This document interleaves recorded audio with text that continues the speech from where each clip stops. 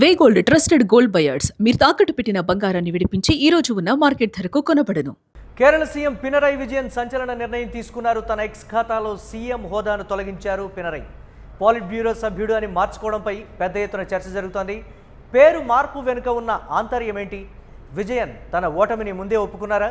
కేరళలో ఎల్డీఎఫ్కి వ్యతిరేకంగా పొలిటికల్ సర్వేలు, ఎగ్జిట్ పోల్స్ వచ్చినటువంటి పరిస్థితి ఉంది. ఎల్డీఎఫ్ ప్రభుత్వంపై ఉన్న వ్యతిరేకత వల్ల అధికారం కోల్పోయే పరిస్థితి నెలకొంది. కేరళలో సాధారణంగా 5 ఏళ్లకోసారి ప్రభుత్వం మార్పు జరుగుతుంది. గత ఎన్నికల్లో ఆ సాంప్రదాయాన్ని విజయన్ బ్రేక్ చేశారు. ఈసారి యూడీఎఫ్కి అనుకూలంగా మెజారిటీ ఎగ్జిట్ పోల్స్ వెలువడడంతో విజయన్ ఈ నిర్ణయం తీసుకున్నట్లుగా కూడా తెలుస్తోంది. దీనికి సంబంధించి మరిన్ని అప్డేట్స్ మా కరెస్పాండెంట్ వెంకట్ అందిస్తారు. వెంకట్, విజయన్ ముందే ఓటమిని ఒప్పుకున్నారా అనేది కూడా ప్రధానంగా జరుగుతున్నటువంటి చర్చ ఏంటి? దానికి సంబంధించి ఎలా చూడాలంటారు? సాధారణంగా మనం కేరళ రాజకీయాల్లో ప్రభుత్వం మార్పు అనేది 5 ఏళ్లకు ఒకసారి చూస్తూ ఉంటాం. కేరళలో కానీ తమిళనాడులో కానీ ఇదే జరుగుతూ ఉంటుంది. అయితే కాస్త 2016 తర్వాత జయలలిత అక్కడ బ్రేక్ చేయడం, 2021 తర్వాత పినరై విజయన్ బ్రేక్ చేయడం, ఇవన్నీ కూడా జరుగుతూ వస్తున్నాయి. అయితే ఈసారి మాత్రం ఖచ్చితంగా ప్రభుత్వ మార్పు అనేది ఉండేటువంటి అవకాశాలు ఉన్నాయి అనే మాట అయితే బలంగా వినపడుతోంది.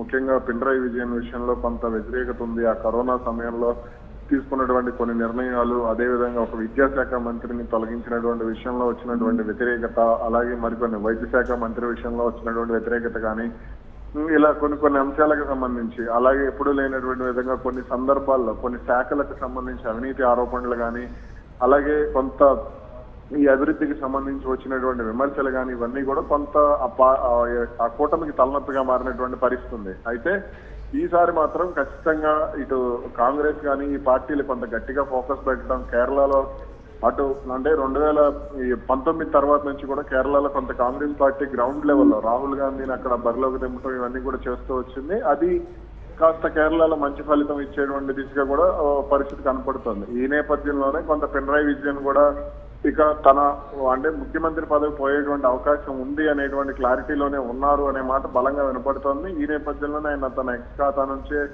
సీఎం అనే హోదాను తొలగించినట్టుగా కూడా తెలుస్తోంది. అంటే దీనికి సంబంధించి పొలిటికల్ సర్కిల్స్లో కూడా ఒక చర్చ నడుస్తోందిగా, ఒకవేళ పరిస్థితి ఏంటి అనేటువంటి మాట రాజకీయంగా అనే ఒక మెయిన్ క్వశ్చన్, దాన్ని ఎలా చూడాలి మనం? ఎస్, అంటే రాజకీయంగా కొంత అక్కడికి అంటే కేరళ ప్రజలు ఎప్పుడు కూడా కొంత అంటే ఉన్నత విద్యావంతులే కాబట్టి ఎన్నిక విషయంలో, ముఖ్యమంత్రిని ఎన్నుకునే విషయంలో కానీ, అధికార పార్టీని ఎన్నుకునేటువంటి విషయంలో కానీ చాలా వరకు కూడా క్లియర్ గానే ఉంటారు. ముఖ్యంగా అక్కడ యూత్ కానీ వీళ్ళందరూ కూడా. అయితే ఈసారి కొంత జాతీయ రాజకీయాల ప్రభావం కూడా కేరళ మీద ఎక్కువగా పడింది.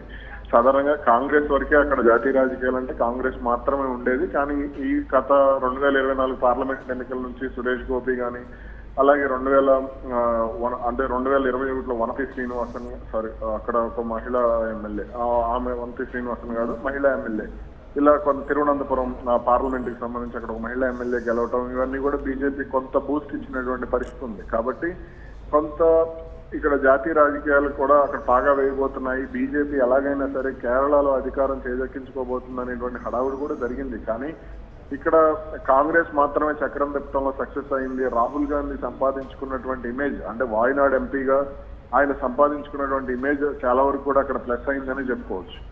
ఇవన్నీ కూడా right. Thanks for updates Venkat.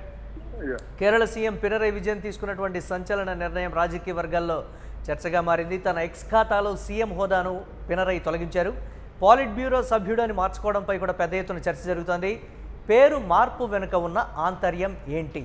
Vijayan తన ఓటమిని ముందే ఒప్పుకున్నారా అనే ప్రశ్నలు కూడా తలెత్తున్నాయి. కేరళలో ఎల్డీఎఫ్కి వ్యతిరేకంగా పొలిటికల్ సర్వేలు, ఎగ్జిట్ పోల్స్ అయితే వెలువడ్డాయి. ఎల్డీఎఫ్ ప్రభుత్వంపై ఉన్న వ్యతిరేకత వల్ల అధికారం కోల్పోయే పరిస్థితి అయితే నెలకొంది. కేరళలో సాధారణంగా 5 ఏళ్లకోసారి ప్రభుత్వం మార్పు జరుగుతుంది. గత ఎన్నికల్లో ఆ సాంప్రదాయాన్ని విజయన్ బ్రేక్ చేశారు.